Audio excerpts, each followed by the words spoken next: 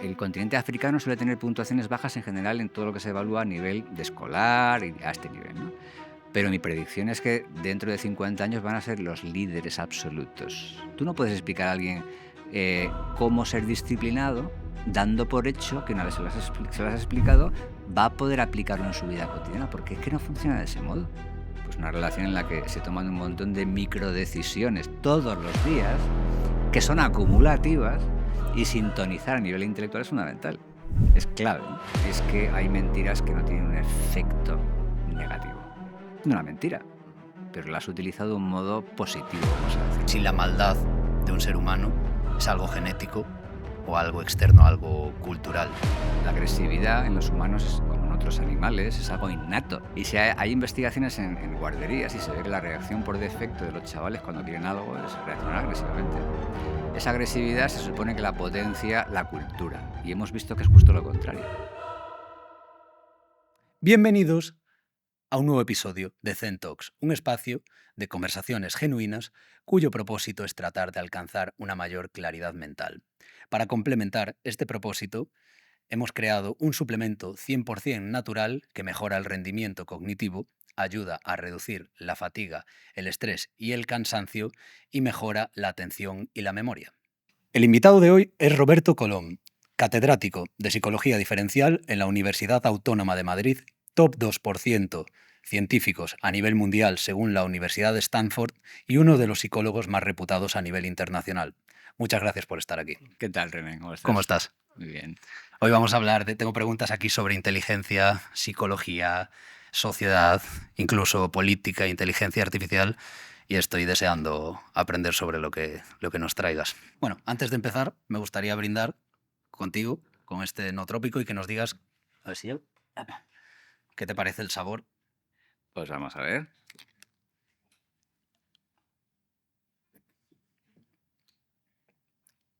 Muy bien, muy agradable. ¿Verdad? Sí. Me gustaría preguntarte sobre la inteligencia, para definirla ya desde un primer momento, porque vamos a hablar bastante de este tema. Sí, es muy fácil, René. La inteligencia es esa capacidad que utilizamos para coordinar, para orquestar, para integrar el tipo de capacidades mentales que estamos utilizando ahora, por ejemplo, para comunicarnos tú y yo. Estamos hablando, pero estamos atendiendo a las señales del entorno, percibimos olores, ese tipo de capacidades específicas que podemos utilizar diariamente, tenemos que ordenarlas, orquestarlas, coordinarlas de alguna manera, y la facultad que se dedica a eso es la capacidad intelectual, justamente. Ajá. No sé si fue Ramón y Cajal quien dijo lo de que uno puede desarrollar su propio intelecto, construir su propio cerebro. ¿La inteligencia es algo que se puede entrenar? Se pueden entrenar algunas de las capacidades mentales, René, pero esa capacidad de integración, de cómo orquestamos las diferentes capacidades, es algo más complicado de estimular.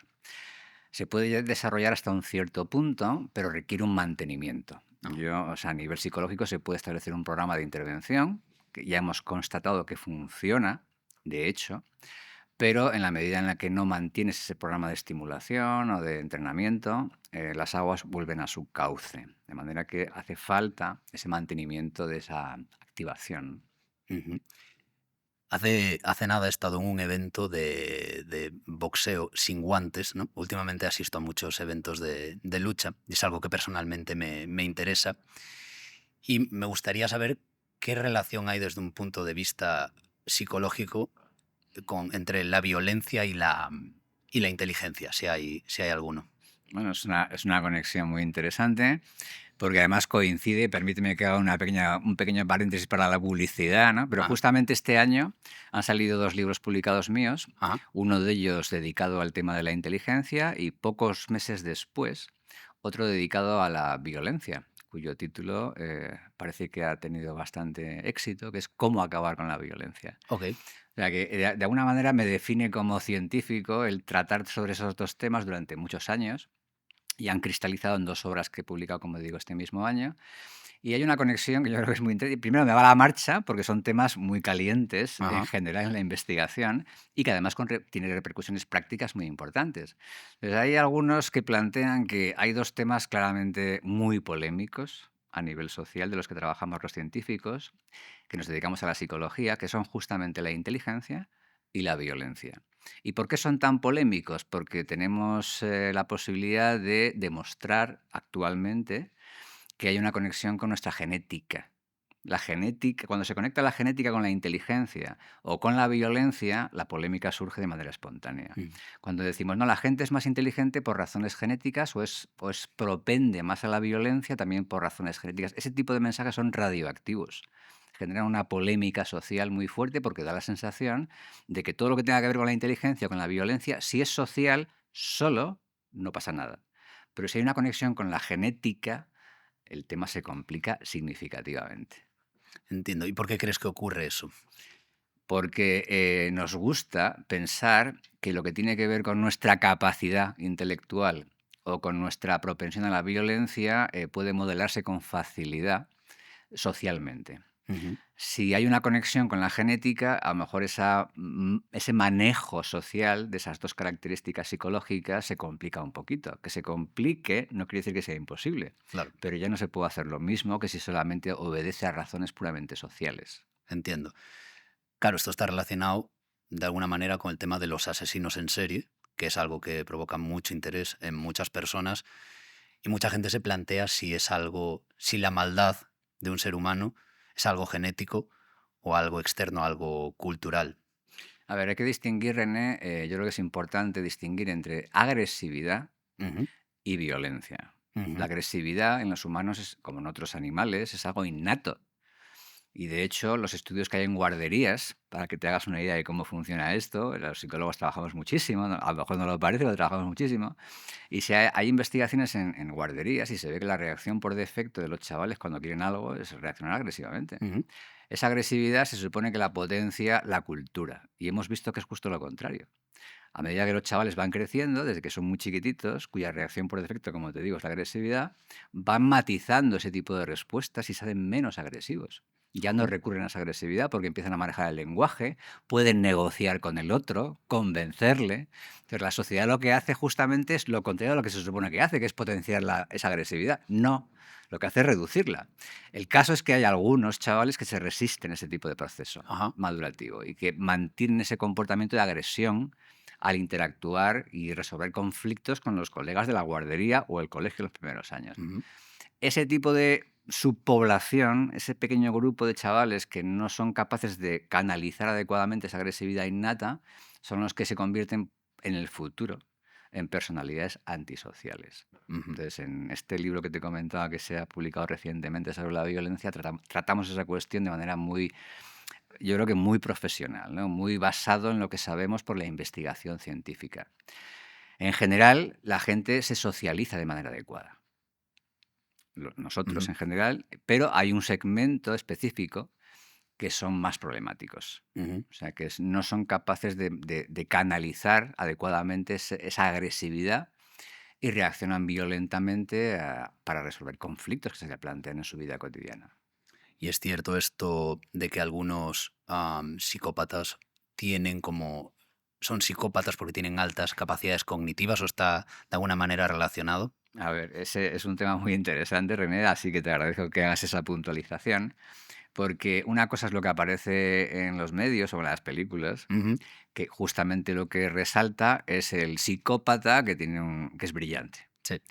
Pero si tú me preguntas, oye, en la vida real, o sea, Ujú, cuando vas a las cárceles y te encuentras a los psicópatas, los evalúas y efectivamente tienen un diagnóstico de psicopatía, ¿son brillantes intelectualmente? Y la respuesta es no. ok. No. O sea, los psicópatas presentan una capacidad intelectual, como grupo en general, por debajo de la media de la población. O sea, es Mm, una combinación que realmente contribuye a que se comporten de manera antisocial o violenta, porque es que no regulan mentalmente o intelectualmente su comportamiento como cabría esperar si fueran, como tú señalas, brillantes. No es el caso. O sea, claro, el psicópata no es Aníbal Lecter, para entendernos. claro. La psicopatía va asociada con una capacidad intelectual por debajo de la norma. Esos casos que son tan conocidos o que llaman tanto la atención son más bien anomalías quizás. Lo son, lo Ajá, son. Pero claro, efectivamente llama la atención porque la combinación de un temperamento psicopático con una alta capacidad intelectual es letal. claro. Y por eso se les conoce quizás a esos más, porque han conseguido cosas que el gran grupo no puede por Claro, pero esas no, limitaciones, ¿no? claro, totalmente, pero no representan al Vale. colectivo de psicópatas. Y luego hay una diferencia muy importante, y creo que vale la pena poner encima de la mesa, y es que en la población mundial se ha calculado que aproximadamente un 1% de la población presenta ese temperamento hacia la psicopatía. Ajá. Pero en las cárceles no. En las cárceles es mucho mayor, está en torno al 35%. Ajá. Entonces, ese desequilibrio es muy interesante. Desde que hemos sacado Zen, mucha gente me dice, tío, ¿te acuerdas la película Sin Límites, Limitless, Lucy? Todo el mundo se acuerda de esas pastillas mágicas, ¿no? ¿Suelen exagerar en estas películas? Pues sí, evidentemente hay productos como Zen que ayudan al rendimiento mental y los no trópicos pues sirven precisamente para eso. No te van a convertir en un genio como en las películas, pero sí pueden ayudarte a concentrarte mejor, a sentir más claridad y a mantener la energía mental durante todo el día. Zen está formulado con ingredientes naturales de máxima calidad, extractos de plantas que apoyan tu rendimiento sin efectos secundarios extremos ni falsas promesas.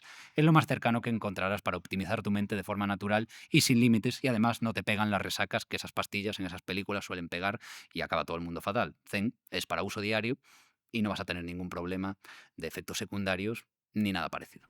Bueno, qué interesante. Mm.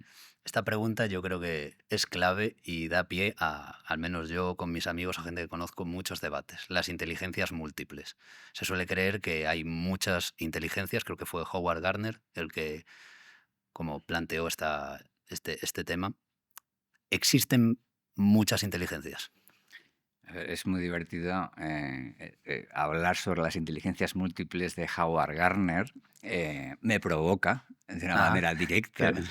Sí, porque los críticos, entre los que me cuento, hablan a este hombre, a este profesor de Harvard, se le ocurrieron distintos tipos de inteligencia, buscó información en personajes históricos, intentó defender un modelo que actualmente la ciencia ha descartado radicalmente. O sea, la ciencia no acepta ese modelo Ujú. sobre la inteligencia, y una crítica muy habitual es, hablando de psicópatas, si hablas de inteligencia lingüística, creativa, práctica y tal, ¿por qué no hablar de inteligencia criminal, por Ya, ejemplo? sí, ¿No? podría ser otra, Ya claro. puestos, Sí. puedes crear diferentes tipos de inteligencia.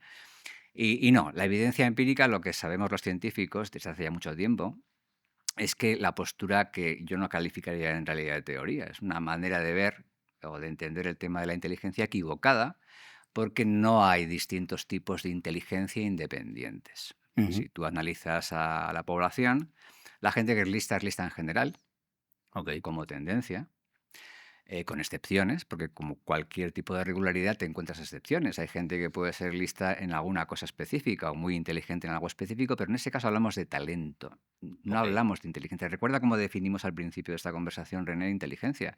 Inteligencia es esa capacidad que coordina el resto de las capacidades. Vale.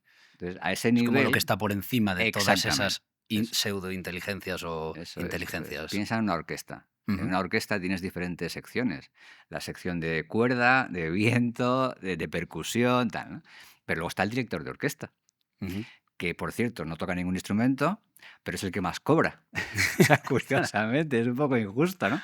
¿Pero por qué? Porque tiene todo en su cabeza. Sabe qué tiene que sonar en cada momento para que el conjunto suene bien. Eso es el intelecto. Ahora, tú puedes tener a una sección de cuerda magnífica, a una sección de viento un poquito más mediocre, pero en conjunto va a sonar mejor si el director de orquesta es capaz de coordinar todo eso de un modo eficiente, ¿no? Entonces, a ese nivel, la postura que mantiene Garner es, no, no, yo puedo hablar de la sección de cuerda, de viento, tal, de manera independiente, y el director de orquesta sobra. Eso no funciona así. La evidencia empírica no es favorable a esa postura. Es una muy buena analogía para entender eso. Entonces, ¿cómo se le explicaría a alguien? Porque mucha gente piensa que hay personas que, por ejemplo, nacen con un talento para las matemáticas, bueno, Ujú. pero luego son muy torpes a la hora de moverse o muy torpes a la hora de estudiar historia o en cualquier o musicalmente. Entonces os explicaría por los talentos, ¿no? Tienen Exacto, un talento especial para las matemáticas. exacto, exacto. Pero ese talento que sí existe y que llama la atención, como antes decíamos, de la combinación entre psicopatía y alta capacidad Ujú. intelectual. Eso es lo que llama la atención. Claro. Tú puedes encontrar casos de gente que tiene un talento espectacular para las matemáticas, para la música, para las diferentes áreas en las que desarrollamos los humanos nuestra actividad Ujú. cotidiana. Y eso ocurre, y eso es innegable. Pero eso no quiere decir que esa persona sea más inteligente que la norma. lo que tiene es un talento específico para eso. Ujú. Y la razón fundamental por la que lo tiene no es porque haya entrenado mucho al respecto, sino porque por alguna razón que todavía desconocemos, pero sospechamos que tiene que ver con su genética, Ujú. hay algo que hace que tenga un nivel estratosférico en algún área específica como las que estamos comentando. Pero En eso no le hace más inteligente, le hace más entiendo, talentoso. entiendo, entiendo. Y como es cierto esto de que las personas de altas capacidades suelen tener problemas en el colegio a una temprana edad. Me encanta esa pregunta, René. Porque está como, yo he escuchado eso Lo muchas sé, veces. sí, pero no es verdad. Ajá. No es verdad. O sea, o vuelve a ocurrir lo mismo. ¿Quién va a consulta de un psicólogo? Quien presuntamente tiene un problema. Ujú. Entonces, los papás que identifican a un chaval que ha sido diagnosticado de alta capacidad, pero que no se adapta a su contexto escolar, acaba yendo al psicólogo y hace bien, por Sí. razones obvias, para que vean a ver qué tipo de problemática puede tener, que dificulta su educación. Pero eso son excepciones. Ujú. Lo que ocurre cuando se hace un estudio epidemiológico, y por epidemiológico quiero decir que se considera toda la población escolar, y se pregunta si efectivamente los chavales que tienen alta capacidad tienen más problemas en el colegio, se encuentra fehacientemente que no es el caso. Primero, aprenden más en el colegio que la norma, que sus compañeros, y algo muy importante, que también está asociado a esta leyenda urbana, que es que abandonan mucho menos cuando tienen la oportunidad de hacerlo. Ujú. O sea, abandonan una proporción 3 veces menor que la norma. O sea, que no dejan el colegio porque estén sufriendo, al contrario, permanecen más tiempo que el promedio de la población escolar. O sea, que son leyendas urbanas que yo creo que son muy dañinas y que al final pueden contribuir negativamente a la profecía autocumplida. O sea, Ya. si tú a los papás les convences de que lo más probable es que su chaval de alta capacidad fracase en el colegio, al final van a buscar un problema donde no lo hay. Lo van a generar cuando no existe ese Igual se lo problema. transmiten a él y él se Exacto. autosabotea, ¿no? Eso es, eso es. Así que es más importante de lo que parece Ya. ese tipo de mensajes que se propagan y que no se corresponden con la realidad. Eso no quiere decir que no haya algunos chavales de alta capacidad que tengan, claro que sí, Claro, eso va a ocurrir, claro, pero ¿eso representa al colectivo de chavales de alta claro. capacidad? No, Claro. Eso es lo que habría que entender, lo mismo con los psicópatas, ¿no? Que por el eso hecho de que es, haya algunos que son muy inteligentes no quiere decir que la gran mayoría de los psicópatas sean muy inteligentes, estén por encima de la media y lo mismo eso con es. este tema. Eso es, la comparativa es perfecta porque va en la misma dirección, René. Vale. Que por cierto, yo intento ahí como sacar mis conclusiones, pero si me equivoco, por favor, no quiero irme de listo en esta ocasión. Me gustaría sacar contigo el tema de las drogas y Ujú, tengo una serie de preguntas. Antes hemos estado hablando, por ejemplo, de un tema muy interesante que es el LSD, ¿no? ujú. Que no está bien visto. Me gustaría saber, desde el punto de vista tuyo, profesional, qué sabes sobre este tipo de drogas. Bueno, para empezar, que es un tema delicado, René. Ujú. Es un tema delicado porque, como ocurre en otros campos, no solamente con el tema de las sustancias psicoactivas, el impacto que tienen en diferentes personas va a cambiar. Ujú. O sea, no tiene mucho sentido decir, vamos a ver, el LSD va a tener un impacto positivo para ciertas cosas porque va a afectar a tu conectividad cerebral y eso puede hacer que tenga un impacto positivo en tu terapia psicológica. Eso está muy bien en términos generales y hay evidencias que van en esa dirección. Ujú. O sea, ciertas sustancias pueden tener un efecto terapéutico positivo siempre y cuando se acompañe con terapia psicológica. Ok, No basta con tomar la sustancia y que eso afecte a tu red por defecto, por ponerte un ejemplo, y durante un tiempo eso tiene un efecto positivo. Pero si quieres que se mantenga, no puedes dejarlo a ese nivel. Tienes que complementarlo y acompañarlo con terapia psicológica. Eso por un lado. Y por otro, que la sustancia que hemos visto que tiene un impacto positivo en algunas personas puede tener un efecto letal en otras. Y esa diferencia parece que tiene mucho que ver con la vulnerabilidad genética. Hay ujú. marcadores genéticos que te pueden hacer más sensible a que una misma sustancia que para ti va bien, para mí sea terrible, porque soy vulnerable al impacto negativo de ese tipo. Hay que tener cuidado. Por ejemplo, en tu caso puede ser positivo, te ayuda a la terapia, te ayuda a la recuperación, tienes un trastorno de ansiedad, un trastorno depresivo, lo que sea, y con terapia psicológica eso puede ser positivo. Pero para mí, una sola sesión de consumo de sustancias puede ser muy negativo. A día de hoy, la buena noticia es que a día de hoy yo eso lo puedo saber ya. Si yo me hago un estudio de mi genoma, cosa que se puede hacer sin problema en la Ujú. actualidad, puedo identificar mis vulnerabilidades genéticas y no exponerme a ciertas sustancias que pueden afectar negativamente a mi calidad de vida o a Entiendo, mi bienestar psicológico. claro. Es que ese es otro tema que me interesa porque todos hemos escuchado la historia. Conocemos a mucha gente que consume pues marihuana, llamémosle porros, ¿no? En general. Y los vemos consumiendo eso en su día a día y bueno, yo no se nota un deterioro especialmente visible, pero luego hay la historia de la persona que se fumó uno una vez, ¿no? Y le dio un brote psicótico, por ejemplo. Eso, Encajaría perfectamente con justamente lo que te estoy planteando ahora. Así vale. es. ¿Y qué clase de perjuicios consideras tú que tendría legalizar las drogas? Si me preguntas como científico, te diré que la respuesta es no tengo ni idea. Si me preguntas como persona, Ujú. yo te diría que considero que puede ser una buena estrategia la legalización de ese Ajá, tipo de sustancias, porque cualquier cosa que suponga regularizar un mercado que no sé muy bien cómo calificarlo, ¿no? ya. Pero regularizarlo yo creo que siempre es una buena política social a este nivel. Pero ya te digo que en este caso te estoy hablando desde un punto de vista estrictamente personal. Entiendo, sí, entiendo la ¿Vale? diferencia. Y hemos hablado del impacto que tiene la genética, ¿no? En esta predisposición a que te siente Ujú. de una manera o de otra ciertas sustancias. ¿Hasta qué punto, digamos, marca nuestra historia, nuestra vida o nuestra estructura psicológica la herencia genética? Más de lo que pensamos. Ujú, Más de lo que pensamos en la actualidad. De hecho, en este momento, que tengo una fase vital, René, un poco hiperactiva en la publicación de libros de divulgación, ujú. Sí, sí. es así, cada momento tiene Pero sus enhorabuena, o sea, características. es Sí. admirable. Estamos trabajando ahora, un genetista de la conducta y yo, Ajá, estamos preparando un ensayo corto, pero muy contundente, para intentar demostrarle a la gente interesada, en primer lugar, y en segundo lugar, a nuestros colegas que trabajan en las ciencias de la conducta humana, ujú, cómo la genética no puede seguir siendo ignorada en las ciencias sociales, porque impacta de manera muy significativa en cómo acabamos siendo tú y yo. O sea, tú y yo tenemos un montón de experiencias, son experiencias diferentes, pero que contribuyen a definirnos como personas, como individuos, pero nuestra genética también.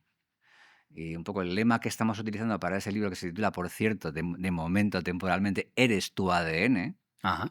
es un título provocador, lo reconocemos, ¿no? Sí, sí, sí, pero Y luego explicamos justamente en qué sentido esas diferencias que nos caracterizan a ti y a mí a nivel de ADN ujú, es como la base del edificio que nos caracteriza como individuos a ujú, nivel psicológico. Tú y yo somos distintos, claramente, nos parecemos en cosas, pero hay aspectos que nos identifican como individuos únicos.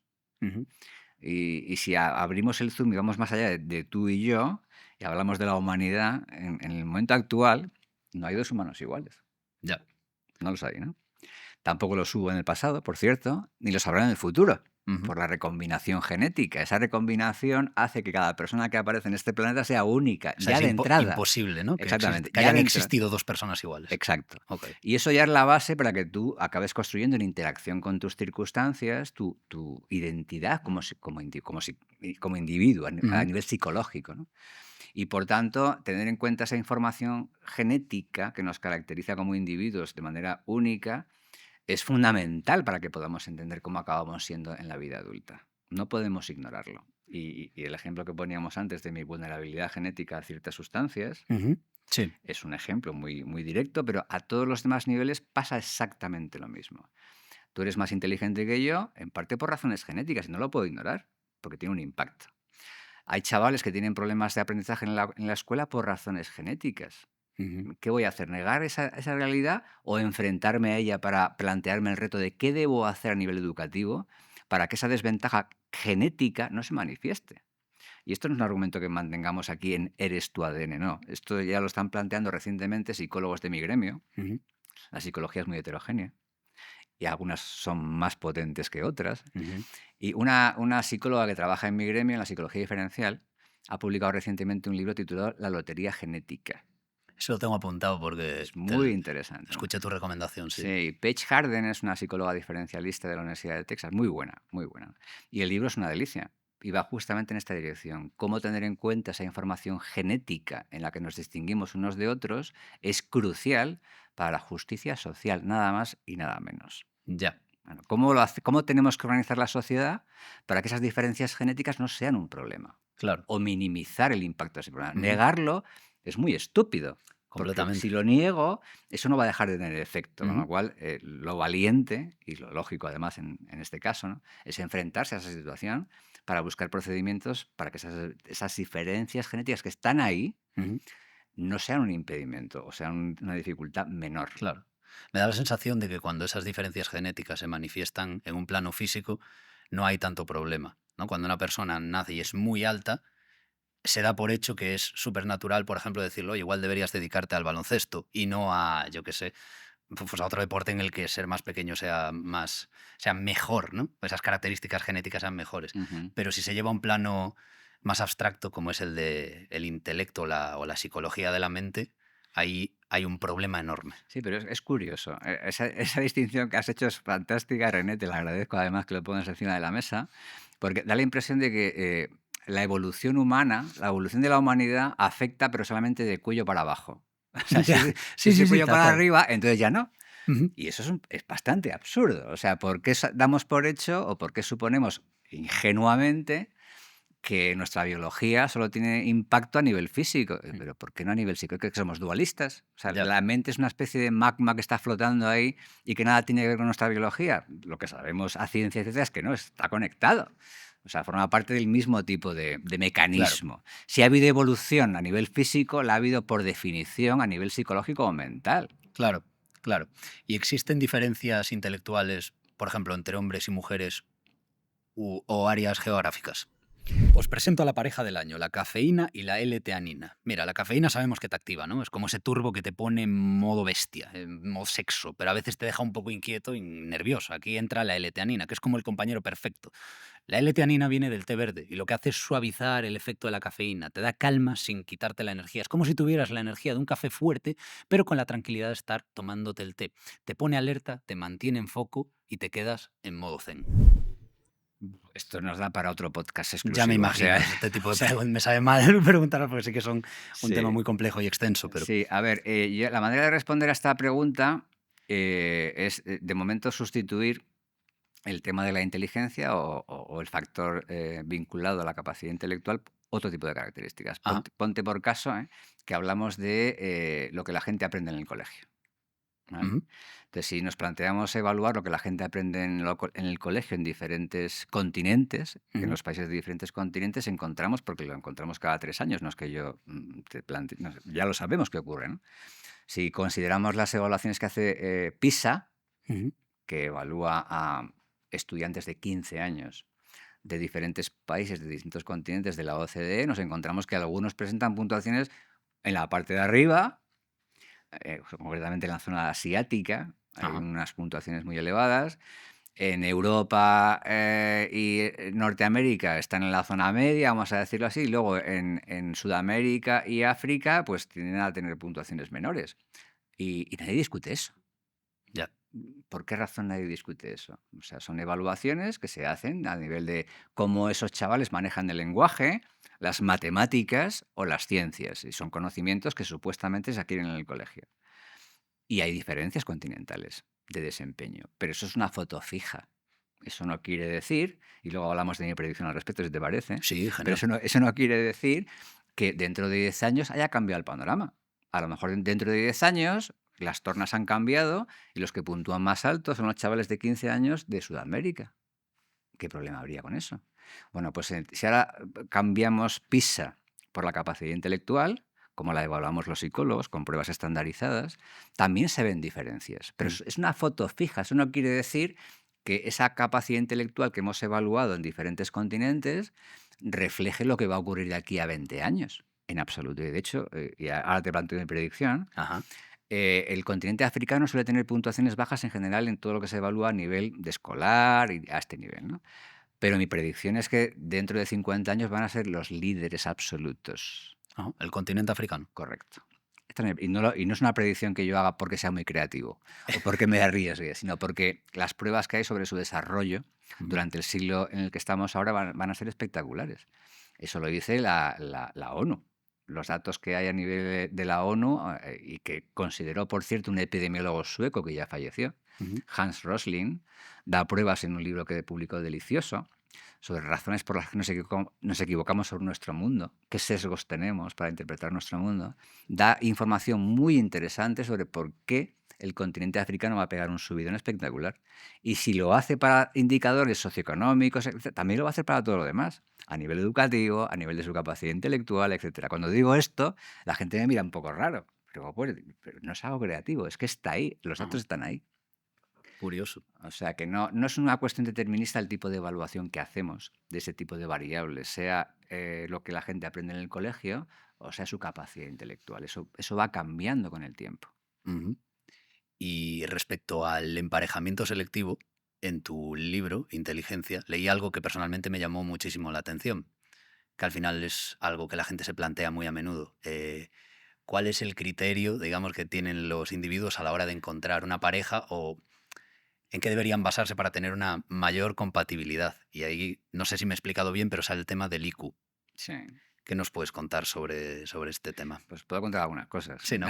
Algo sabes. Sí, sí, es un tema, se ha estudiado mucho en psicología, porque afecta cuando la gente trabaja con, por ejemplo, gemelos o hermanos, adoptivos o biológicos, Ujú, etcétera. Hay un fenómeno que es el del emparejamiento selectivo en el que se demuestra que las parejas no se emparejan por azar. O sea, no es una cuestión pasional ciega, hay ujú, algo más, ¿no? Entonces, ese fenómeno de que la gente se empareje por algún tipo de variable, ujú. por ejemplo, estatura, Sí. por ejemplo, nivel educativo, también tiende a gente a emparejarse de un nivel educativo parecido. O sea, hay Ujú, características que hacen que se parezcan las parejas más que dos personas que elijamos al azar de la población. Y ujú. eso tiene un impacto genético. Claro. ¿Vale? Y por eso ha interesado mucho a los psicólogos, ¿no? Analizar ese tipo de emparejamientos. Y buscando, han encontrado lo siguiente.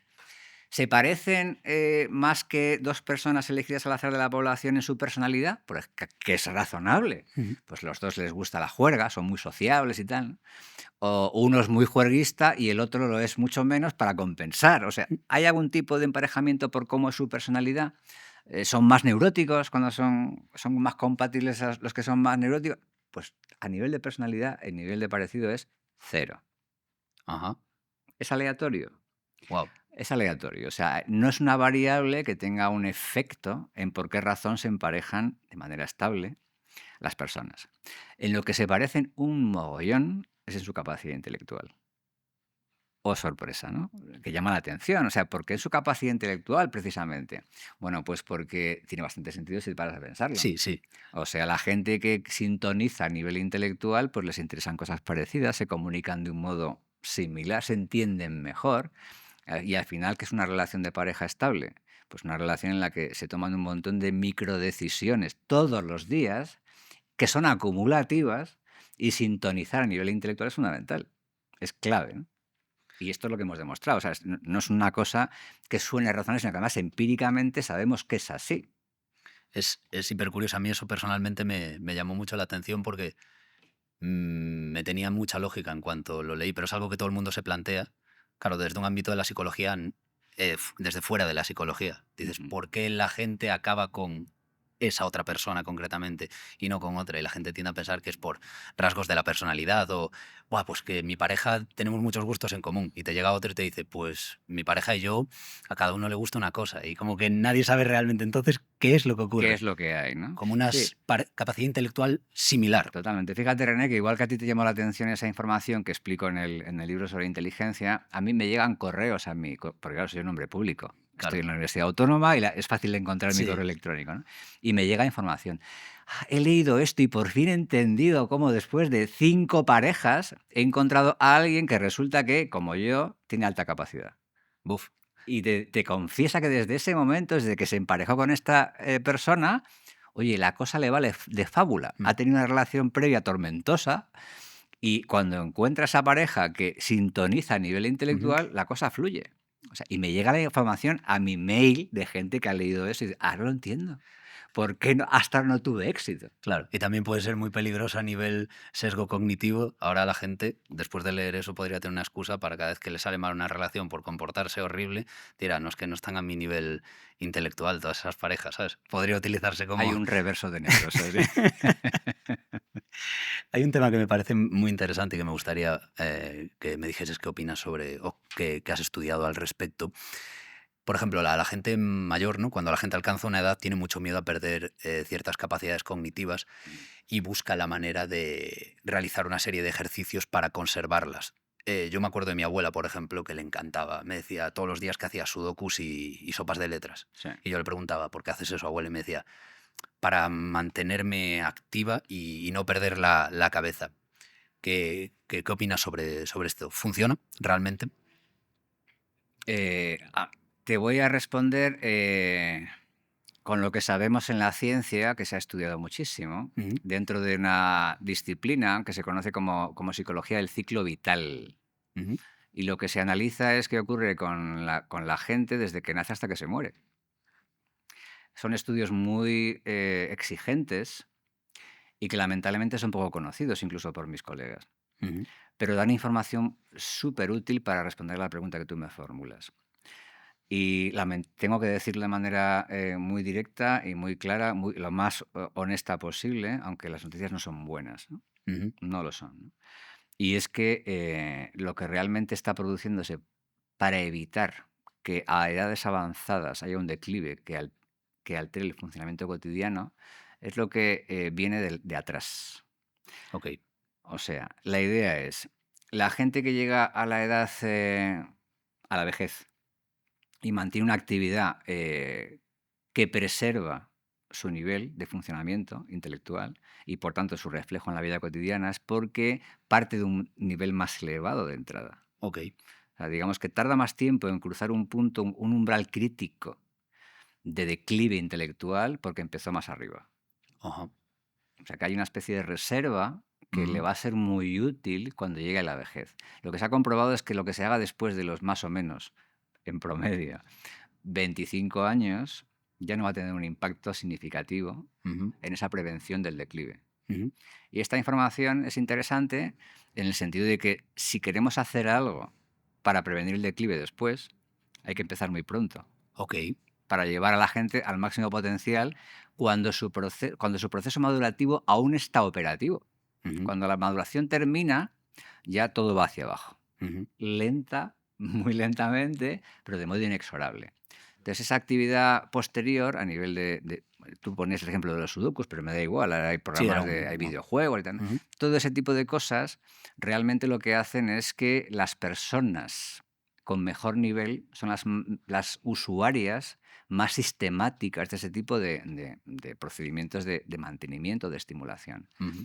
Pero la gente que de entrada no está en un nivel adecuado tiende menos a ese tipo de cuestiones. O sea, la causa no está en que hagan eso, sino que Ujú. vienen de una posición mucho mejor. Me acabo de acordar de un tema relacionado con esto, con el proceso madurativo. Yo, por ejemplo, hablo mucho de tatuajes y recomiendo a la gente no tatuarse antes de cumplir 25 años. Bueno, yo lo digo porque me parece una buena edad, pero luego descubrí que no sé si es el córtex prefrontal que no se termina de desarrollar hasta esa edad. Corrígeme si me equivoco. Vas en la buena línea. Muy bien. Vale. Y con eso, bueno, podríamos hablar de eso. Concretamente, me gustaría que opinases, o sea, que nos contases cuál es tu visión desde un punto de vista de la psicología a la hora de tomar decisiones trascendentales que te van a afectar de por vida a una edad, pues, comprendida pues entre los, yo qué sé, los 14 y los 25, no sabría decirte. Ese es un temazo, René, el tema de la madurez Exacto. psicológica. Y para poder explicar esto hay que hacer una distinción entre dos tipos de madurez Ajá.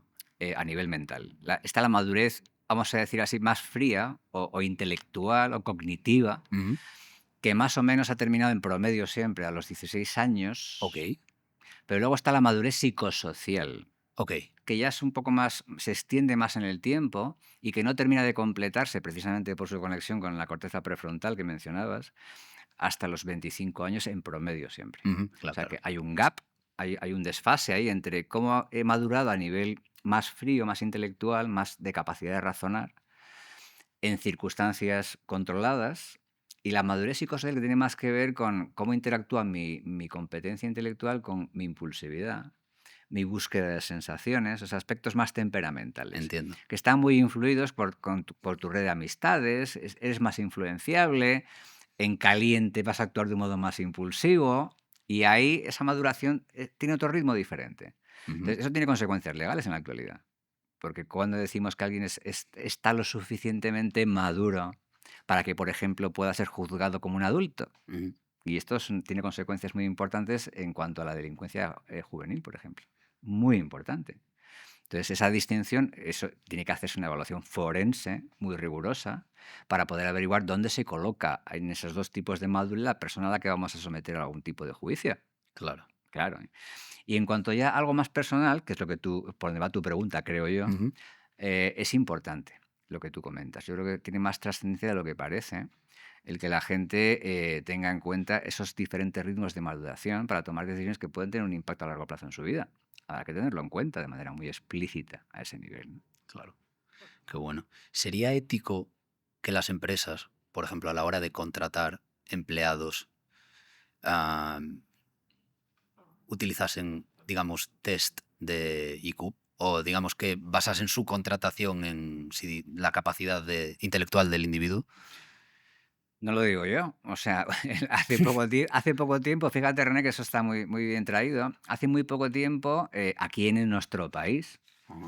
el gabinete del ministro de turno, que me parece, si lo recuerdo bien, fue IZ, Ujú. planteó cambiar el sistema de oposiciones al rol de funcionario del Estado. Ok. Hubo un debate además muy interesante con los sindicatos y tal, ¿no? Y el equipo que creó el gabinete de IZ para cambiar cómo elegimos a los funcionarios que van a tener que reemplazar a los que están a punto de jubilarse, que van a ser un montón. ¿Qué hacemos, no? Seguimos con el procedimiento clásico de que estén 4 años o 5 estudiándose temarios terroríficos que luego no valen para nada y que quedan obsoletos al poco tiempo. Claro. ¿Cómo lo hacemos, no? Entonces lo que hicieron fue hacer una consulta a especialistas y se dieron cuenta, para empezar, que en Europa ya se utilizan pruebas de las que diseñamos los psicólogos Ujú. para elegir candidatos que sean prometedores, que realmente puedan cumplir con las exigencias a nivel técnico del siglo XXI. Ujú. ¿Qué sentido tiene empollarse un temario y luego vomitarlo y dejarlo a un lado? Porque eso ya no es útil. Lo que ahora necesitamos son evaluar competencias que nos permitan averiguar si la persona que vamos a contratar, como funcionario en este caso, pongo ese ejemplo porque es el más drástico, Sí. va a responder a las demandas de ese puesto laboral. Y Ujú. lo que dice toda la investigación en psicología es que hay predictores a nivel psicológico que funcionan mejor para hacer ese pronóstico de Ujú. cómo va a funcionar la persona que hemos contratado para desempeñar la ocupación. Y la capacidad intelectual, mídela como quieras, porque da igual, Ya. pero esa capacidad intelectual es un predictor, es el predictor más poderoso de lo que va a ocurrir en el contexto ocupacional. Ujú. Y luego hay otro tipo de variables, también psicológicas, que hacen una contribución a ese pronóstico, que te van a afinar la predicción. Ujú. Pero el predictor nuclear es esa capacidad intelectual. ¿Y por qué? Pues muy sencillo, porque te habilita para poder adaptarte a los cambios que va a experimentar con toda seguridad esa ocupación, Claro. ¿vale? O sea, por esa razón, y este es un dato que la gente desconoce y que a mí me enfada mucho que desconozca, y es que la experiencia previa en una ocupación tiene un valor pronóstico de 0, porque la Ujú. experiencia previa te ayuda un rato, Ya. pero un rato nada más. Si tú comparas a gente que no sabe hacer algo y que sí sabe hacerlo, el que sabe hacerlo tiene una ventaja, Ujú. pero temporal.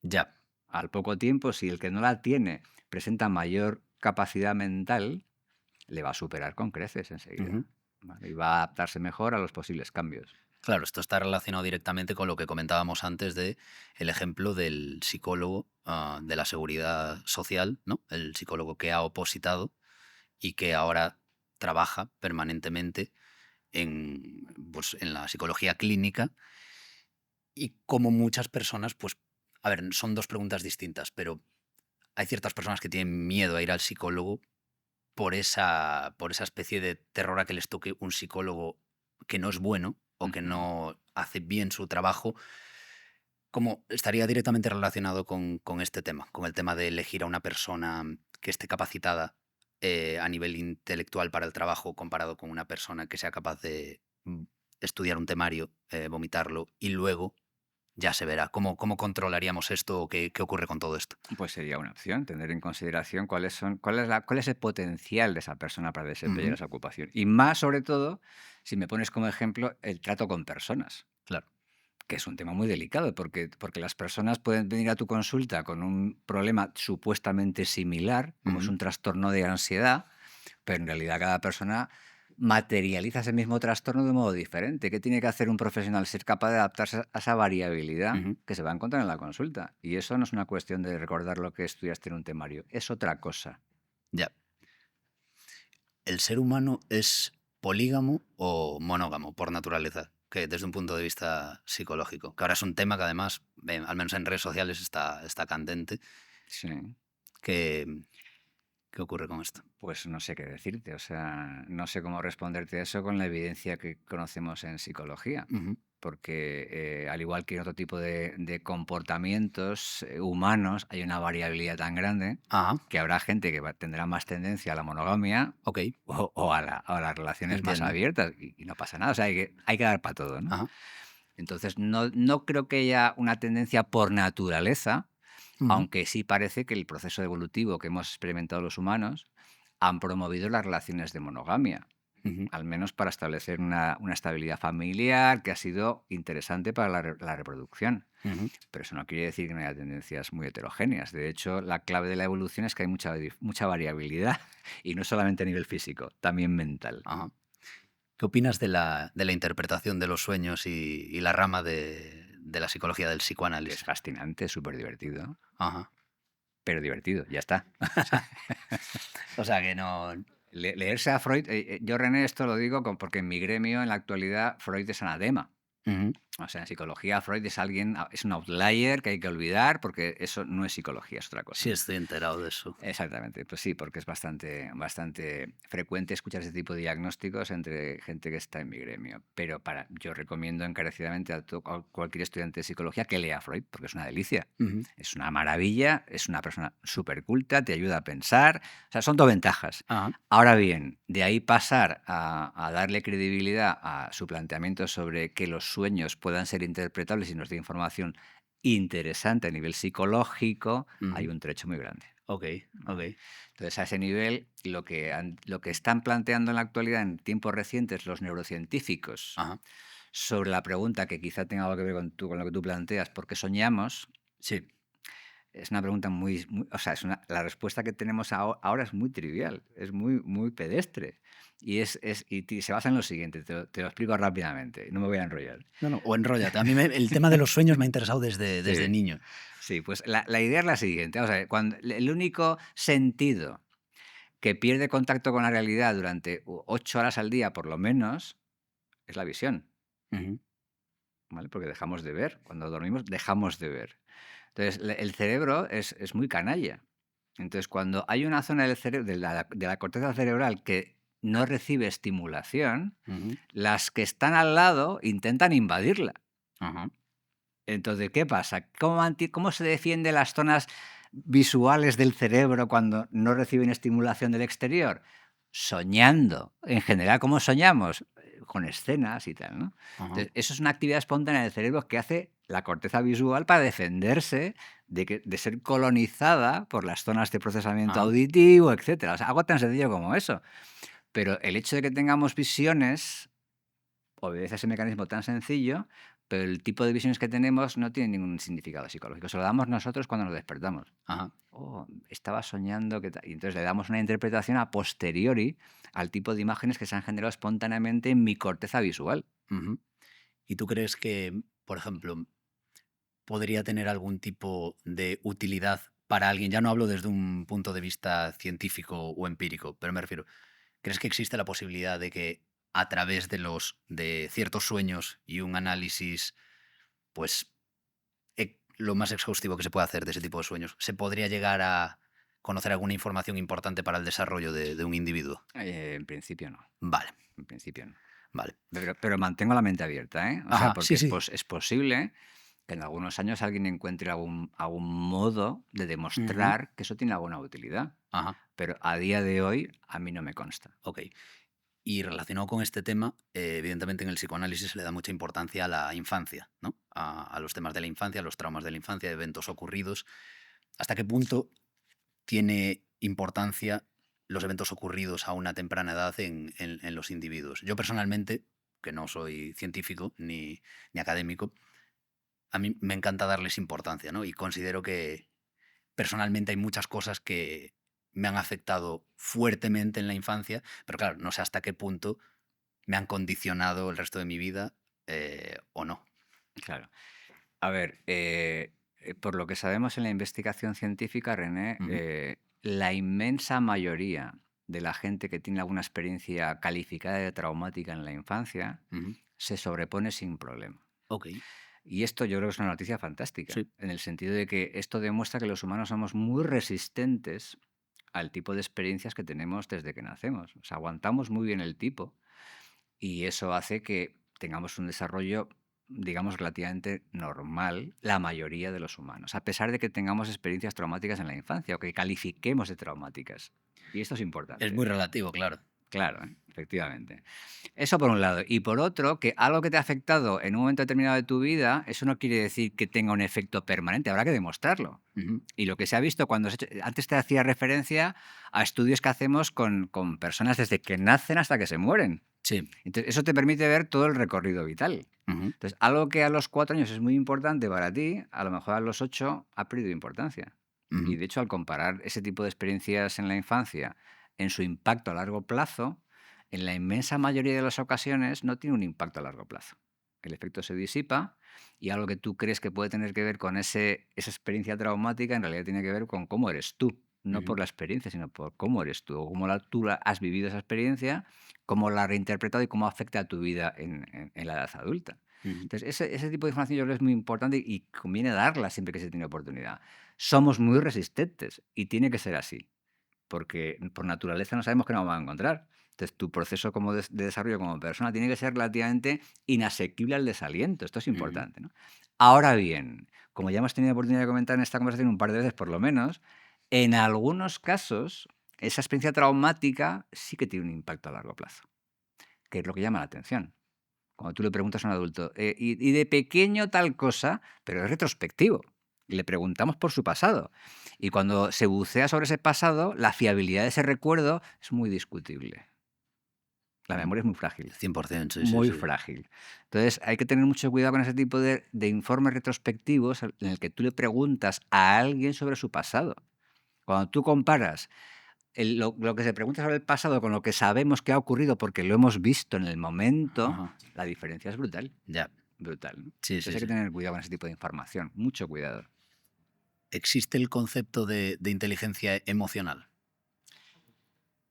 Hombre, como O sea, existe, sí, como, existir como existe. Me existir refiero, ¿tiene algún existe, tipo claro, claro, de claro. veracidad o de Sí, a ver, esto hace referencia a hasta qué punto hay personas que tienen una gestión emocional más eficiente o más desastrosa. Ujú, Y desde ese punto de vista, a nivel conceptual, sí que hay que admitir que existe. vale. Otra cosa es qué es eso de la Ujú, inteligencia emocional, ¿no? Y por lo que sabemos en la investigación psicológica, la gente que presenta una mejor gestión emocional lo hace porque tiene una configuración de características de personalidad que le hacen la vida más fácil. ujú, ¿Qué configuración? Pues muy fácil. La gente que es más sociable, la gente que es más amable, la gente que tiene un mayor nivel de responsabilidad, que es más estable emocionalmente y además tiene apertura a experiencias novedosas y tal. Esa combinación ujú, hace que tu capacidad para gestionar emociones sea más eficiente y eso ujú. se refleja en una mayor inteligencia emocional, que se le llama inteligencia, ¿y sabes por qué razón? Porque a llamarle a cualquier cosa inteligente le da más valor. Ya. En realidad no es una inteligencia. Sí, sí, suena como más Claro, claro, magnánimo. tenemos teléfonos inteligentes, tenemos coches inteligentes, eso da un valor añadido, ¿no? Si es Sí. inteligente, mola más, ¿no? Pero no es una inteligencia más. Ujú, O sea, esa capacidad de gestión emocional interactúa con tu capacidad intelectual porque recuerda que el intelecto es eso que integra, Sí, y no solamente integra mi capacidad para hablar o para darme cuenta del entorno, o sea, para... jerárquicamente estaría arriba y debajo estarían... Eso es, eso es. Y esa gestión emocional está influida por esa capacidad intelectual, de cierto modo, pero no tiene una entidad propia, vamos a decirlo Ujú, así, sino que tiene que ver con cómo es tu personalidad, que te puede hacer la vida más fácil, incluyendo la gestión de las emociones, y también depende de tu capacidad intelectual fría. Tú puedes controlar mejor tus emociones y gestionarlas si eres más espabilado. Y claro. permíteme que sea tan expresivo, Sí, ¿no? sí, sí. Pero es así, o sea, alguien que es muy inestable emocionalmente, le afecta más cualquier circunstancia del entorno, Ujú, pero si es espabilado, lo va a controlar, ujú. Ya, con más probabilidad. No ya. siempre, pero con más probabilidad. Antes estuvimos hablando de las comisiones de asesoramiento científico y las políticas sociales. Y creo que es un tema muy interesante y me gustaría saber qué opinas tú de todo este Bueno, asunto. ahora está de moda, ¿no, René? O sea, Ujú. creo recordar, a lo mejor me equivoco porque mi seguimiento de las noticias diarias pues no es muy allá, Sí, ¿no? pues el mío tampoco es muy allá, o sea que estamos servidos. Pero parece ser que se están cociendo comisiones de asesoramiento científico para el Congreso de los Diputados. Ujú. Pero claro, yo soy muy escéptico. Ok. Soy muy escéptico porque me gustaría conocer la composición de esas comisiones, Ujú, en función de qué tipo de criterios se está eligiendo a los científicos que van a ejercer funciones de asesoramiento. ujú, Y te pongo un ejemplo muy sensible. Un tema que nos preocupa socialmente, como tú sabes, es el tema de la violencia de género, que yo he trabajado bastante ujú, bueno, tengo conexión con gente que trabaja en ese campo, ¿no? Entonces, pero lo que veo habitualmente es que los científicos que están involucrados en esta cuestión son muy del establishment. ajá. O sea, hay una doctrina que me parece muy bien, ¿no? Eso no lo critico, ¿no? Pero hay una manera de verlo ideológicamente y lo que necesitamos en este tipo de comisiones es justamente gente que no esté de acuerdo con esa postura. O Ujú. sea, necesitamos que haya diferentes visiones sobre el mismo fenómeno porque lo que pretendemos es resolver el problema, no encontrar algo que nos dé la razón Ya. a esa visión ideológica. Yo quiero en yo, si fuera el político que estoy en este tipo de asuntos, quiero una comisión heterogénea. Ujú. ¿Quién piensa de manera diferente para ponerlos a discutir con luz y taquígrafos y que defiendan sus posturas? Porque mi objetivo, ¿cuál es? ¿Tener razón o acercarme a la verdad para intentar resolver el problema? ¿Cuál es mi objetivo? Claro, ¿Voy a elegir científicos que me den la razón o científicos que me lleven la contraria para que me ayuden a mejorar? claro. Y este es el punto fundamental. Entonces, cuando hablamos de que la política debería estar respaldada por la ciencia, debería estar respaldada de esta manera. Informada, más In- que respaldada, René, Ajá, informada. informada. O sea, pregunta a científicos que tengan diferentes posturas y que puedan defenderlas con la información que tenemos en la actualidad Ujú, y a partir de ahí infórmate al respecto ujú. y procura adoptar una doctrina política que al menos no le dé la espalda a Ya, esa realidad. ya. ¿Cómo se abordaría el problema en psicología de mente y cerebro? Pues es muy difícil. Sí, sí, porque la tendencia en la actualidad, y te lo digo con conocimiento de causa, porque he Ujú, trabajado mucho en los últimos años en neurociencia, ujú, hay una tendencia a reducirlo. O sea, la mente es el cerebro, ujú. punto. Ya. Pero no está tan claro. O sea, no, o sea, el cerebro es necesario, Ujú, pero es suficiente. ya. O también forma parte de eso que llamamos mente, mi cuerpo, que está Ujú, ahí, y a lo mejor no es un mero adorno. Mi ujú, interacción con el entorno no va de cerebro al entorno, sino que va a través de mi cuerpo. Mi cuerpo es una interfaz ujú. entre mi cerebro y la realidad muy potente. Claro. Tenemos tendencia a decir, no, somos visuales o somos muy auditivos. ¿Y qué pasa con el tacto? Ya. Por ejemplo, o sea, todo mi cuerpo es una interfaz muy potente, que conocemos fatal porque le hemos prestado muy poca atención. Ujú. O sea, una mente a lo mejor no cabe en un cerebro solamente, sino que hace falta algún Ya. tipo de información adicional, ¿no? O la tecnología. Este boli que estoy utilizando para apuntarme mis cositas aquí, mientras Mm, cuando me preguntas de manera muy interesante varias cosas, ajá. para que no se me olvide, ¿esto qué es? ¿No forma parte de mi mente? Ya. A lo mejor sí, ¿no? Entonces, el tema de mente y cerebro es un tema muy delicado. De hecho, una doctrina muy reciente, muy interesante, aunque tiene mucha tradición, es lo de la mente extendida. La Ah, mente extendida es un concepto científico que intenta sacar a la mente del cerebro. El cerebro es fundamental, pero no es ujú. suficiente. Oh, qué interesante es. Mira, el ejemplo que a mí me encanta, a ver qué te parece, a ver cómo te suena, René, esto, Ajá. es el efecto placebo. Sí. ¿Qué es el efecto placebo? Ya. ¿Dónde está el efecto placebo? O sea, ¿por qué demonios algo que calificamos de puramente mental y que se usa en medicina también, cuidado, en medicina, Ya, ¿por ya, qué se da un ya. placebo? Porque tú das por hecho que por la mera cuestión de que el personaje va a pensar que tiene un efecto positivo, esa medicación Ujú, lo tiene. ujú, ¿Eso es físico? ujú. ¿O tiene más que ver con eso de la ¿Y mente? a nivel científico se sabe algo de ese No se asunto? tienen ni idea. Saben que tienen que controlarlo porque tiene un impacto Ujú. real Sí. en el físico, Ujú. pero no saben muy bien cómo explicarlo. Ajá. Y el efecto placebo es un efecto que es muy interesante, pero a mí me interesa mucho más el contrario, que la gente conoce muy poco, que es el efecto nocebo. Ajá. El El- efecto nocebo es el contrario. Si yo pienso que algo me va a perjudicar, me perjudica. ah, O sea, yo no estaba Lo sé, familiarizado por eso con me eso. ha parecido que era interesante que lo sacáramos a Qué colación, bueno, ¿no? qué bueno. Sí. Y eso está detrás de, pues de la cultura del vudú. La cultura del Ah, vudú va de sí. esto. Justo te iba a preguntar si me podías dar un ejemplo porque entiendo el concepto, pero dije, Pues ¿cómo se aplica eso? va Ok. de esto. O sea, Sí, y bueno, ¿y el mal de ojo entraría ahí también? Bueno, exacto, que no sé si está relacionado con el vudú o no, pero es se el mismo. escucha mucho. Está en la misma categoría. O Mi sea, madre a algo. veces dice, creo que me han echado un mal de ojo. Eso es, Y eso digo, no es. lo sé. Y basta con que tengas ese proceso autodestructivo mental Ajá. para que tenga un impacto. Es que la gente se encuentra fatal y hay casos documentados de gente que se acaba muriendo, ¿no? Sí. Sí. Wow. Ya. El nocebo, que no sé, esto lo conoce poca gente o no lo tiene presente, no sé si no lo conoce, pero lo tiene poco presente. Ajá. El placebo sí, Sí, el placebo lo pero el conoce todo el nocebo mundo. no. Ya. Pues es el mismo rollo, o sea, es el contrario, ¿no? Qué curioso. ¿Cuáles son los trastornos psicológicos más comunes? Los más frecuentes con diferencia, en los estudios recientes que se ha hecho, por ejemplo, en Europa, son los trastornos de ansiedad y depresión, Ajá. que además están conectados. Ujú, O sea, que tú en un momento determinado puedes tener un trastorno de ansiedad, pero años después, René, puedes tener un trastorno depresivo. ujú, Y esto está dando pistas muy interesantes en la actualidad sobre cómo abordar el tema de los trastornos mentales. ujú, ¿Tiene sentido darle entidad a trastornos diferentes o en realidad que tengas un trastorno u otro es irrelevante? Y que lo que importa es que tienes una tendencia generalizada a presentar algún tipo de trastorno psicológico. Y ujú. esto es lo interesante. ¿Y cuál sería la diferencia de abordarlo de una manera o de otra, por ejemplo? Pues que le damos protagonismo a la ansiedad o a la depresión o al TOC o a la fobia o lo que Ujú, sí, lo que elige sea. la que quieras, ¿no? Y cuando en realidad el que sea uno u otro tipo para el tratamiento va a ser Mm, irrelevante, porque al final cuando tú vas a hacer una intervención psicológica vas a hacer el mismo tipo de cosas. Vas a ujú. intentar buscar algún procedimiento para que el tipo de vida que tiene esa persona con el trastorno mejore. Ya.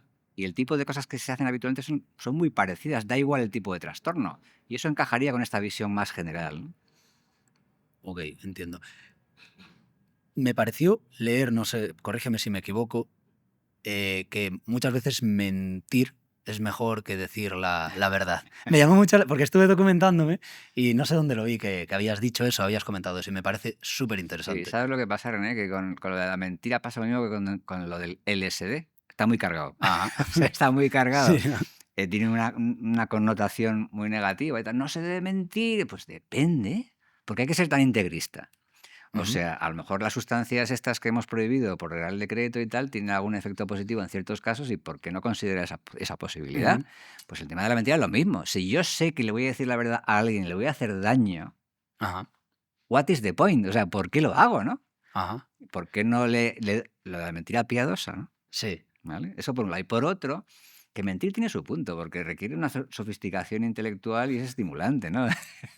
sobre todo, Claro. sobre todo si quieres que no te pillen, o sea, que tiene que ser sofisticado. Y en ese sentido, ¿por qué está tan marcada negativamente la mentira? A ver, yo supongo, yo es que siempre he sido como muy partidario de decir la verdad, ¿no? Y de hecho yo sigo a un psicólogo que, no sé si lo conoces o no, Jordan Peterson, Sí, el claro. canadiense, Sí, un personaje un controvertido. personaje Sí, controvertido, que obviamente tiene mucha herencia del cristianismo, ¿no? Y sí. quizás por ahí van los tiros, pero a Ujú. mí me gustó mucho cuando él dijo, intenta decir siempre la verdad. Y me parece un ejercicio, claro, obviamente a lo largo del día puedes soltar alguna mentira o omitir algún tipo de información, que eso está bien, pero yo creo que él se refiere a momentos en los que internamente uno siente que tiene que ser honesto, ¿no? Digamos, lo contrario al engaño. Ujú. ¿Se podría relacionar en este caso, bajo ese planteamiento tuyo, la mentira con el engaño? ¿O podrían separarse? Bueno, cuando tú mientes, en cierto modo estás engañando. Ujú. Pero el matiz que yo hago en ese sentido, Ajá. en relación a la mentira, es que hay mentiras que no tienen un efecto negativo. Ujú. Entonces tú puedes engañar a alguien, pero con una intención constructiva. Ujú. Y sigue siendo una mentira, Ujú. pero la has utilizado de un modo positivo, vamos a decirlo así. Ujú. Es para no hacerle daño o para ayudarle a que intente algo que cree que no es capaz de hacer. O sea, puedes utilizar ese tipo de... Ah, entiendo. Claro, ese tipo de mentira que si le quitas la connotación negativa que tiene por defecto, Entiendo. puede tener un efecto constructivo. Ujú. Me gustaría preguntarte algo a nivel genético, porque es algo que, bueno, me he estado informando últimamente y no he entendido nada, pero te lo voy a plantear así. Por ejemplo, una persona que es, digamos, muy miedosa, ¿no? O muy cobarde, por los Ujú. motivos que sean, pero en parte supongo que también genéticos, quizás, no lo sé. Si a lo largo de su vida, digamos, entrena eso o se expone a una serie de estímulos y acaba convirtiéndose en una persona, pues que ha pasado de ser, pues, cobarde, indecisa, a una persona disciplinada, potente, que actúa con vehemencia cuando hace falta, e- ¿existe un cambio genético que se puede pasar a sus futuros hijos, por ejemplo? No en la siguiente generación, pero quizás esa es Sí, mi pregunta. yo creo que lo que me plantea René tiene que ver con la famosa epigenética. Exacto. O sea, si algo que ocurre durante el ciclo de la vida de una persona, eso puede modificar Ujú. su ADN Exacto. y pasarse a la siguiente generación. Ujú. Y lo que te puedo responder a día de hoy, no sé mañana, ¿eh? Pero a Ujú. día de hoy lo que te puedo responder es eso no se ha demostrado. Ok. Eso no No ocurre. está demostrado. No, no. Hay hipótesis, hay ideas muy interesantes y tal, pero a día de hoy hay una visión demasiado optimista sobre esa cuestión. Ujú. O sea, da la impresión de que podemos modificar ese código genético a través de lo que ocurre durante el ciclo de la vida de los individuos, Ujú. pero eso no está demostrado, Ya. ni siquiera en animales, ¿no? Ok. Entonces hay que ser precavido. Ok. Y con frecuencia los científicos hablamos más de la cuenta Ujú. y nos pasamos de rosca en optimismo. Claro. Cuando la gente quiere escuchar este tipo de mensaje, no pasa nada porque se puede modificar el código genético y tal. Bueno, de momento no sabemos cómo eso funciona y hay que tener cuidado. Claro. Es que Mm. ahora además que está como muy en... Yo, por ejemplo, mi sesgo personal, soy una persona que he cambiado mucho a lo largo de mi vida y me gustaría tener hijos. Ujú. Entonces, algo que inconscientemente me motiva mucho Sí. es como mejorar internamente lo máximo posible para darles ese regalo a mis hijos en caso de que eso ocurra. Al menos asegurarme de que si existe la posibilidad que yo haya hecho los deberes, ¿sabes? Sí. Entonces, por eso te lo Ahora, preguntaba. me gusta eso que has dicho, me parece muy bonito lo que has dicho. He cambiado mucho. Ujú. Eso es una manera de verlo muy interesante, pero otra Ajá. que encajaría bien con la ciencia, René, es que en realidad has llegado al punto al que tenías que llegar. Ujú. Tú crees que lo que has experimentado es un cambio, pero en realidad ha sido un desarrollo que te ha llevado a donde habrías terminado en cualquier caso. Sería como una especie de determinismo. En cierto modo, no, hablar de determinismo es un poco fuerte, Ya. ¿vale? Pero te pongo un ejemplo. O sea, Ajá. si tú tuvieras un clon, Sí. tuvieras un hermano gemelo, Ujú. vamos a hacer un poco de Ok. psicología ficción, Venga, ¿vale? vale. Tuvieras un hermano gemelo que hubiera crecido en Tokio, Ajá. ¿vale? ¿Qué dice la investigación científica? Que ese hermano gemelo tuyo, a pesar de que haya vivido en Tokio y no aquí Ujú. en España, se parecería psicológicamente, en la base, Ujú. mucho a ti. Ok. ¿Y esto qué me demuestra? Que al final, del tipo de cosas que has experimentado, que tú has vivido y tú le has dado importancia a un montón de situaciones que en realidad a lo mejor no son tan importantes como tú crees. Ujú. Sí, desde luego. Entonces, al final, lo que eres tú, René, en esencia, sería muy Ujú. parecido a lo que sería tu amigo, Hirohito, Sí. en Japón. Esta sería un poco la clave. Ajá. Entonces, cuidado porque cuando esto se dice, he cambiado mucho. Bueno, sí, has experimentado muchas cosas, Sí. pero eso ha tenido un impacto realmente en que cómo eres tú ahora sea diferente Ujú. a si hubieras experimentado otro tipo de cosas. Y lo que sabemos en la actualidad es que la respuesta es no. En tu esencia, evidentemente tu hermano gemelo hablaría japonés y tú hablas español, ¿no? Claro, Y claro. bien, o sea que... Ajá.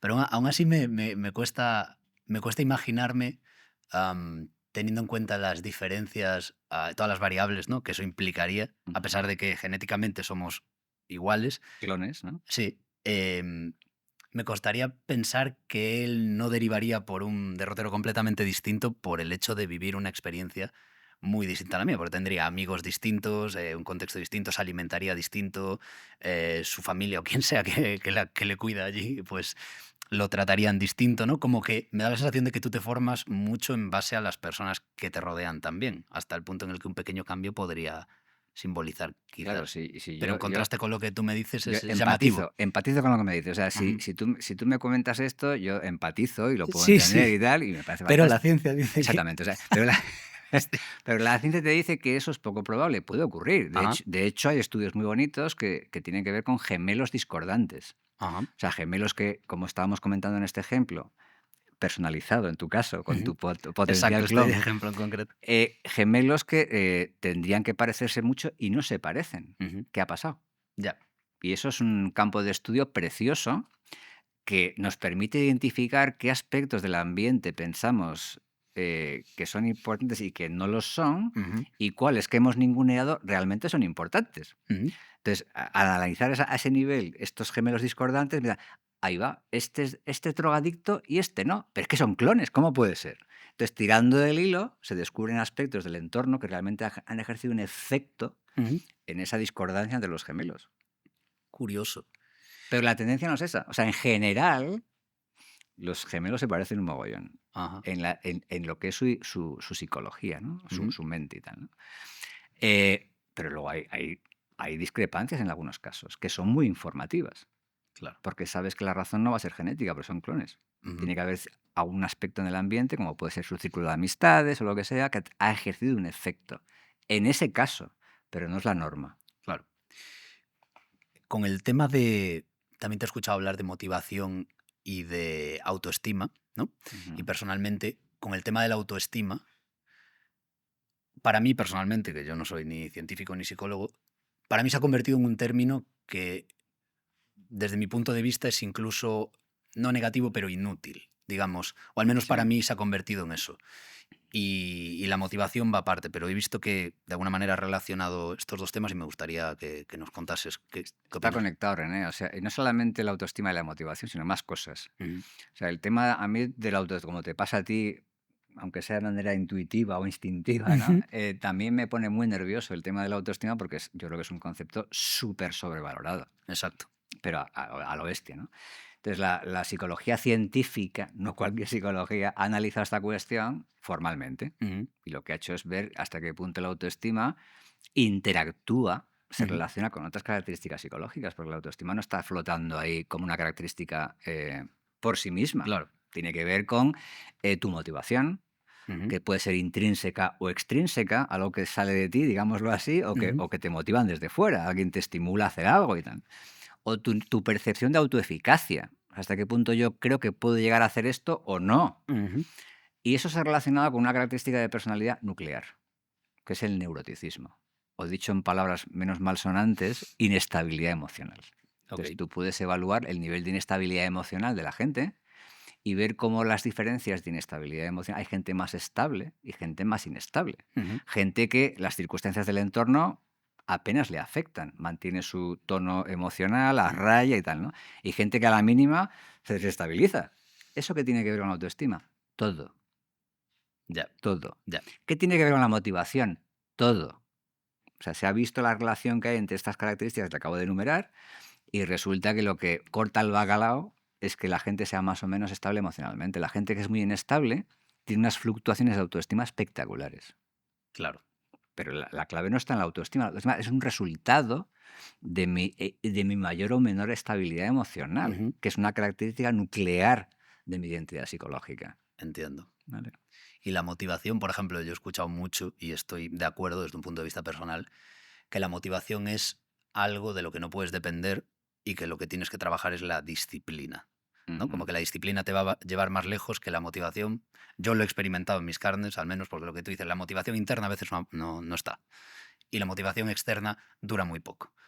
Entonces, al final, si quieres conseguir algo o hacer algo, te vale la pena convencerte o forzarte a hacer ese algo. Eso es lo que yo opino. Como, Claro, y es una opinión sensata. ajá, Pero el tema de la disciplina tiene un montón de migas psicológicas, René. Porque ¿qué hace que alguien sea más disciplinado o menos disciplinado? ¿Es una cuestión azarosa o tendrá que ver con cómo es su mente? me gusta esa pregunta que has Claro, realizado. Me o sea interesa. que el tema, que eso además tiene traducciones en el mundo real muy importantes, el tema de que, bueno, tú si te esfuerzas, y eso de esforzarse, ¿de qué va, no? Que al final tiene conexión con la disciplina. O sea, hay gente que Ujú, es más disciplinada o lo es menos. Tu pregunta es, ¿eso se puede instaurar de alguna manera? exacto. ¿Podemos conseguir que la gente sea más disciplinada Ujú, de manera regular? Porque ujú, eso sabemos que tiene un impacto a largo plazo. claro. Y mi respuesta es, por lo que sabemos, es muy difícil para ciertas personas Ujú, sin supervisión externa. ok. O sea, que habría que tener algún tipo de refuerzo externo sistemático para intentar promover esa mayor disciplina, que es una característica fundamental para ciertas cuestiones a nivel psicológico. Ajá. O sea, busca ayuda. Si tú tienes poca disciplina, cosa que es muy frecuente, por cierto, porque al final es una campana de Gauss. Ya. La campana de Gauss es inexorable. Ujú, Y hay gente que de modo espontáneo es más disciplinada y ya. gente que lo es menos. Claro. Pero ser un poco disciplinado tiene un impacto negativo con frecuencia. Eso hay que compensarlo por el exterior, o sea, Ujú, por mecanismos de supervisión externa. claro. Y eso explicaría, por ejemplo, por qué tantas personas a día de hoy, por ejemplo, con este auge de buscar el éxito y los millonarios que venden cursos de cómo hacer dinero y por ende encontrar el éxito, por qué tanta gente lo ve como algo tan atractivo. Por ejemplo, a mí el éxito es una palabra que me interesa, ¿no? No me quita el sueño, pero creo que Sí. es un producto de otras cosas, ¿no? No es como un fin en sí mismo. Pero hay mucha gente que está dispuesta a pagar cantidades ridículas de dinero, teniendo en cuenta su situación económica, para que alguien les enseñe a ser disciplinados, ¿no? Y no sé si estaría relacionado con esto que estamos... Sí, verás, René, ese es uno de los motivos por los que me decidí en su momento a publicar un librito hace ya 3 años, creo recordar, titulado Psicología para no volverse loco. Ajá, Y un motivo por el que me decidí a publicar, lo tenía ya aparcado y pensé que no tenía ningún interés. Pero mi mujer me convenció de que tenía interés. ajá, qué Y bueno. luego me di cuenta de que sí, porque ya vamos por la cuarta edición, o sea que no va mal, ¿no? Qué bien. Pero una razón por la que me decidí a publicar ese libro es justamente porque me ponen muy nerviosos los charlatanes, Ajá, que ni siquiera siendo psicólogos se dedican a esto que acabas de señalar tú. ujú. O sea, cómo enseñarle, supuestamente, claro, a los Me demás encanta el apunte. a ser Ujú, disciplinados, a esforzarse más, a instaurar hábitos de comportamiento más saludables o llámalo X. ujú. Y estoy convencido por lo que he visto al respecto que en realidad están mintiéndoles, pero en este caso en el sentido negativo de la mentira. Ajá, Están sí. vendiendo un producto que saben a ciencia cierta, y si no lo saben son unos incompetentes, que no funciona así. O sea, Ajá, tú no puedes explicar a alguien cómo ser disciplinado dando por hecho que una vez se lo has explicado va a poder aplicarlo en su vida cotidiana, porque es que no funciona de ese modo. Y pueden ser consejos más o menos razonables que yo cuando lo leo me río a carcajadas, pero ajá. esto lo decía mi abuela. Sí, sí, O todos sea, estamos de acuerdo claro, lo decía en mi eso. abuela. Son Entonces, cosas que te puede decir un padre, una abuela y que todos en el fondo sabemos. ya, pero luego vas a YouTube y tienen 13 millones de visitas y dices, pero ¿cómo puede ser? Ujú, O hacen cumbres con público y tal, que ujú. yo a veces veo por curiosidad, pero me aburro a los 15 minutos. Digo, ¿qué está contando? ¿Y por qué la gente aplaude? Sí, lo digo en Sí, serio. sí, sí, sí, no me ha hecho Entonces, gracia. Sí, hay sí. que tomar en consideración que lo que piensas que puede ser fácil de aplicar en tu vida tiene más complicación de lo que parece.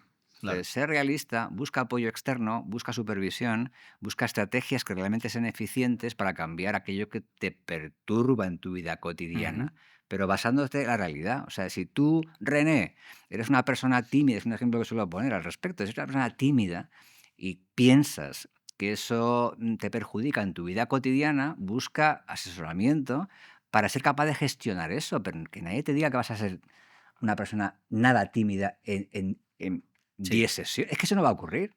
ya. O sea, le estás engañando en un sentido negativo a esta Ujú, persona. Entonces, sé honesto ujú.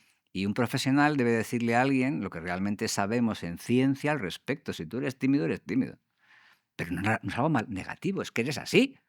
¿Qué le vamos a hacer? O sea, eres tímido, hagamos algún tipo de intervención para ayudarte a gestionar esa timidez y que sea poco disruptivo Ujú, si eso te hace sufrir. ujú, Pero ya, claro. y no está mal. Pero esa dosis de realidad creo que es muy importante. Ujú.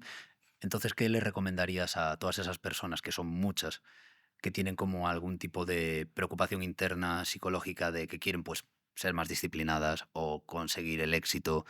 ¿Qué es lo que tú les recomendarías? Acudir a un psicólogo. Muy fácil. Primero que efectivamente, que busque un apoyo profesional para conocerse a sí mismo. Que Ujú, parece una tontería, ¿verdad? ujú. Eso de conocerse a sí mismo, no, a lo mejor no quiero conocerme mucho, no vaya a ser que no me guste. O sea, Yo claro. creo que es un miedo muy, muy Ya, legítimo, ya, pero muy es que es legítimo. fundamental. O sea, si tú quieres hacer algo para cambiar aquello que quieres cambiar por la razón que sea, y eso no es mi problema.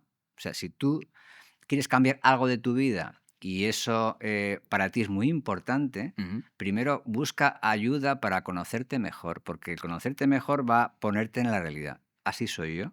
claro.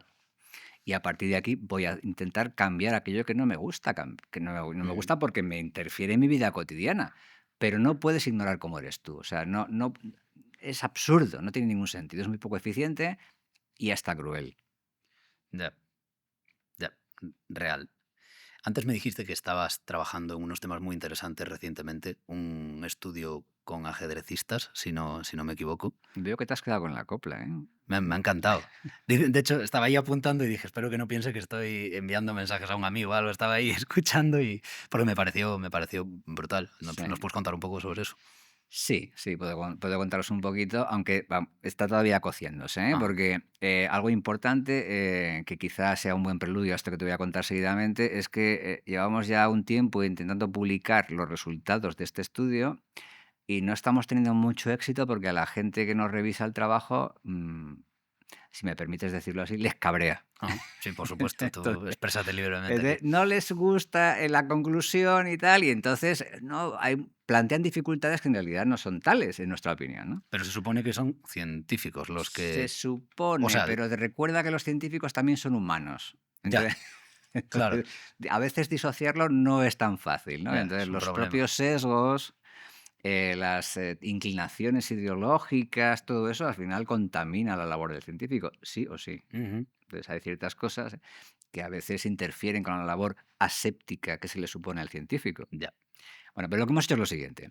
Hemos considerado a más de 70 y pico mil ajedrecistas de todo el mundo, de más de 160 países, Ujú, de manera que lo que hemos hecho es buscar una muestra representativa de ajedrecistas. ajá, Punto uno. De todo el mundo. Y les hemos seguido durante 7 años. Sus marcas, en sus competiciones de ajedrez, y hemos considerado distintos niveles, desde amateur ujú, hasta gran maestro internacional, ¿no? ujú, O sea, todas las categorías. Y hemos visto cómo han cambiado en esos 7 años. Y que hemos comprobado que la mayoría no cambian. ajá, Si uno es amateur, se queda como amateur. ok, Si tiene el FIDE no sé qué, el título tal, se queda como está, a pesar de que compite y tal. Sabes que la competición se basa en que si tú derrotas a alguien mejor que tú, ganas puntos, claro, muchos. Pero si pierdes con uno que es peor que tú, pierdes muchos puntos. O sea, de eso va la historia, ¿no? ajá, Y sin embargo, hay un pequeño segmento, un 0,4% de esos 70 y pico mil, que pasan en 7 años, escucha que esto es muy importante, muy impactante, en 7 años pasan de amateur a gran maestro internacional, pero es un 0,4%. ¿Qué defendemos ahí? Que el talento es fundamental. El talento, en este caso para el ajedrez, es lo que explica ese movimiento tan rápido y tan bestia en tan poco tiempo. ujú, Y ponemos ejemplos además en la realidad. Usamos ejemplos de ajedrecistas que han hecho esa transición súper rápido, independientemente de su origen social. ok, importantes. Muy importante. O sea, hay un talento ahí que da igual. Cogemos a Carlsen, que viene de una familia fantástica, y cogemos a un chaval francés que era un refugiado de Bangladesh Ujú, y que pasó, enseguida consiguió que su familia fuera nacionalizada francesa porque era una máquina Una Wow, máquina, ya. claro.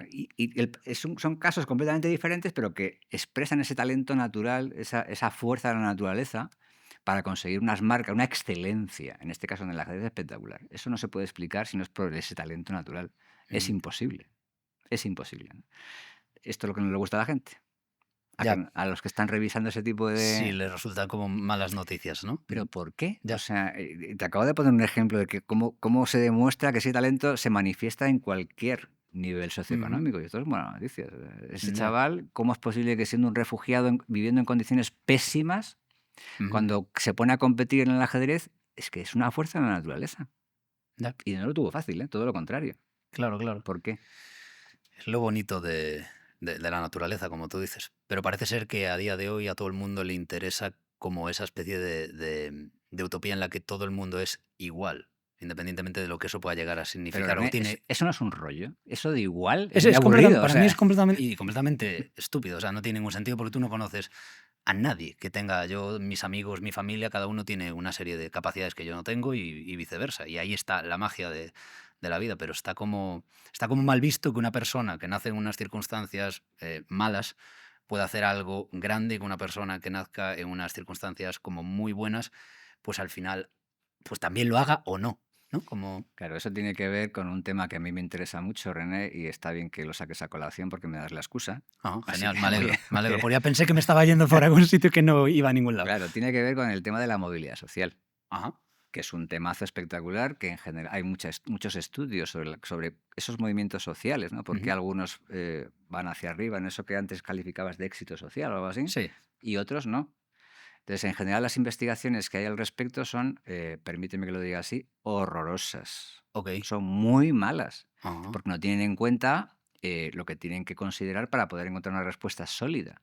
La pregunta es, ¿la gente sube en la jerarquía social o baja por su origen social o hay más factores implicados? Ujú. Dicho de otro modo, las familias pudientes, por simplificar, potencian que sus hijos se mantengan a ese nivel Ujú. y al revés, las familias que tienen problemas para poder llevar una vida digna están condenadas a seguir a ese nivel por Ujú. generaciones. O sea, ¿qué explica la movilidad intergeneracional al final, no? ¿Y qué se ha visto? Pues en los pocos estudios que hay rigurosos, Ujú. y por supuesto algunos de ellos desde mi disciplina, que es la que mola, ¿no? Claro. Lo que se ha visto es lo siguiente. Se ha visto el genotipo de padres e hijos, o Ujú. sea, se ha mirado el ADN de padres e hijos, se ha mirado cuál es su capacidad intelectual de padres e hijos, su personalidad de padres e hijos y qué acaban haciendo a medida que crecen los chavales de esas familias. Familias a todos los niveles económicos. Ujú. Entonces, ¿qué sabéis? Para resumirte, y luego me preguntas si quieres más, ¿no? Los chavales con mejor genotipo, con mejores genes que sus padres, que son más listos que los padres y que tienen una personalidad mejor que la de los padres, mejoran su posición social Ujú. una vez independientes de su familia. Ok. Punto uno. Y al revés, y esto es muy interesante, si los padres tienen un mejor equipamiento genético, son más listos y tienen mejor personalidad que sus hijos, los hijos empeoran su posición social con respecto a la de sus padres. O sea, el movimiento Ujú. hacia arriba o hacia abajo tiene que ver, en resumidas cuentas, con cómo es cada persona, no con su origen social. Ya. Ok. ¿Vale? Y este tipo de resultados, hay una movilidad generacional que tiene que ver sobre todo con factores personales, no sociales. Qué bueno eso. Es muy interesante. Muy O interesante. sea que a nivel de naturaleza, vamos a decirlo así, la sociedad tiende a reequilibrarse. Ujú. Solamente cuando se mantiene socialmente una rigidez, Ujú. tipo sistema de castas, eso no funciona. Ya. Pero en sistemas más igualitarios, en los que hay más abundancia de Ujú. oportunidades, aunque pueda haber, por supuesto, desigualdades a nivel social, hay una tendencia a que se reequilibre Ujú. generacionalmente esas desigualdades sociales. Porque claro, ahora te tengo que hacer una pregunta respecto a esto. ¿Qué dice la ciencia respecto a, por ejemplo, unos padres que tienen altas capacidades? ¿Sus hijos van a tener altas capacidades o existen las probabilidades de que no las tenga? Y al revés, unos padres pues, que tengan un IQ pues, medio, Ujú. ¿qué probabilidades hay de que su hijo tenga un IQ parecido o que salga mucho más inteligente que ellos o mucho más Eso es menos. un ejemplo perfecto justamente de lo que estamos comentando ahora, Ajá, ¿eh? O sea, que está muy bien visto. genial. Y es una cosa muy investigada en psicología que se llama regresión a la media. Regresión a la media. Ok.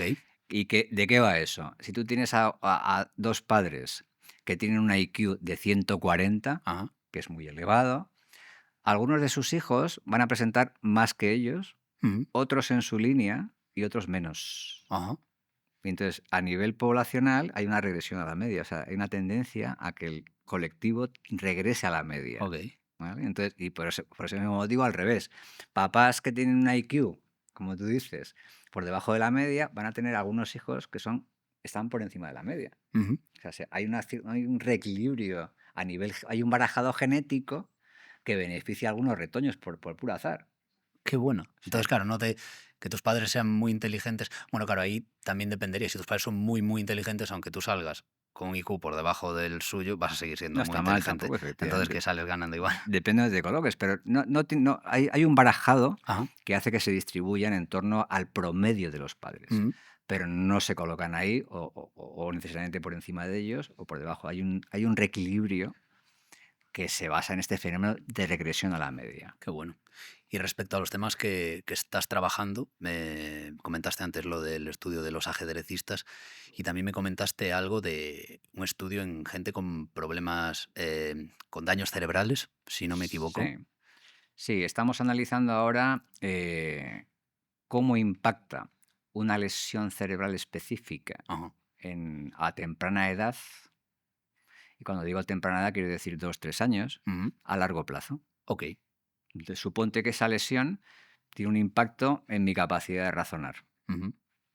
¿Eso se refleja en otras capacidades mentales Ujú. a medida que los chavales van creciendo?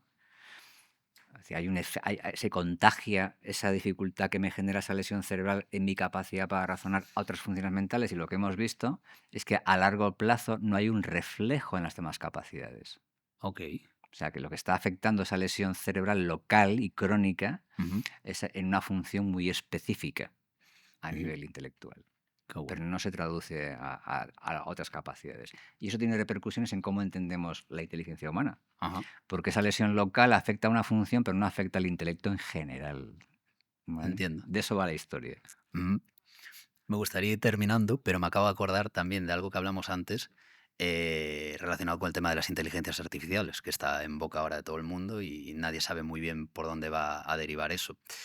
Y me comentaste que se ha generado un podcast a través de un contenido tuyo, ¿no? De unos estudios. Quizás me lo Sí. puedes explicar cómo. Sí, muy interesante. Esto me lo pasó un compañero de mi universidad, Ajá.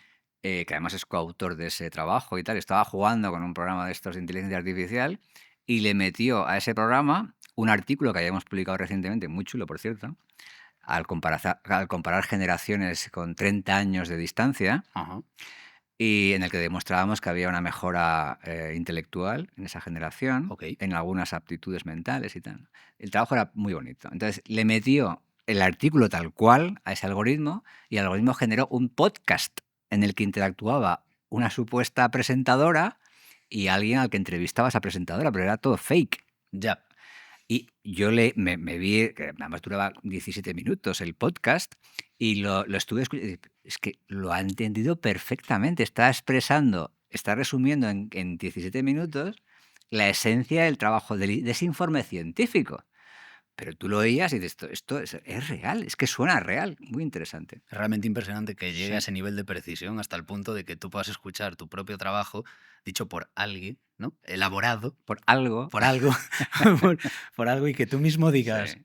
como controla, ¿no? O Lo ha sea, se ve que pillado. lo ha Lo entendido. ha pillado mejor que muchos de mis compañeros de carrera. O sea que Qué, sí. qué curioso. ¿Y cómo crees que puede afectar ese nivel de precisión en el plano laboral en un futuro próximo?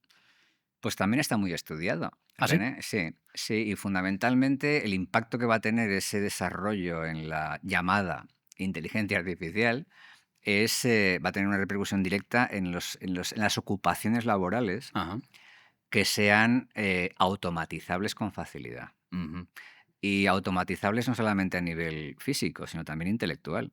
Claro. Hay ocupaciones que intelectualmente son automatizables. Ujú, Y entonces a ese nivel los algoritmos pueden reemplazar a esos humanos sin ningún problema. ujú, Otra cosa es que no sean automatizables, que también hay unos cuantos. Y que además son justamente ocupaciones que son de alta remuneración, ujú, porque requieren algo más que aplicar un algoritmo. Requieren echarle creatividad, conectar diferentes dominios de conocimiento, un pensamiento más horizontal que vertical. ujú. Y ese tipo de características que pueden parametrizar una ocupación las hacen menos automatizables y por tanto menos susceptibles Claro. a estos programas de inteligencia artificial. Bueno, claro, también está. ¿Y podrías mencionar alguna de esas profesiones, por ejemplo, para que la gente se ponga a estudiarlas ahora y no... Dices de las De, no, de las no sustituibles. sí, aquellas que requieren improvisar. Ok, Fundamentalmente. O sea, vale. cualquier ocupación que tú porque además están analizadas las ocupaciones. O sea, hay una base de datos universal, Ajá. por cierto, en la que se ve qué exigencias mentales o intelectuales, si te lo quieres llamar así, Ujú. tienen todas las ocupaciones actualmente existentes. Ah, sí. No sabía nada, Sí, es nada de muy eso. interesante, sí. Entonces, ¿Es ahí público eso? es público. Ajá. Sí, la base se llama base de datos ONET Ok, o asterisco net, por si alguien quiere cotillear. Muy genial. interesante. Y Ok. aparece listado todo qué requiere esa ocupación. Entonces, lo que tienes que ver ahí es hasta qué punto lo que se requiere es automatizable o no. Ujú, Puede improvisarse o no. O sea, y ese tipo de parámetros te permiten distinguir las exigencias intelectuales de ujú. la ocupación. Qué bueno. Y para terminar, me gustaría hacerte 3 preguntas que estas ya las puedes responder libremente, tanto desde un punto de vista O sea, puedo dejar el boli, ¿no? Entonces, sí, sí, sí, como científico o como Roberto, que son preguntas que a mí personalmente me interesan mucho y creo que a todo el mundo también. E intentamos con todos los invitados que ellos den, pues, su respuesta más personal. ujú. La primera pregunta sería, ¿qué es el amor para ti? ¿O cómo lo describirías? ¿O cuál es tu visión personal del amor romántico?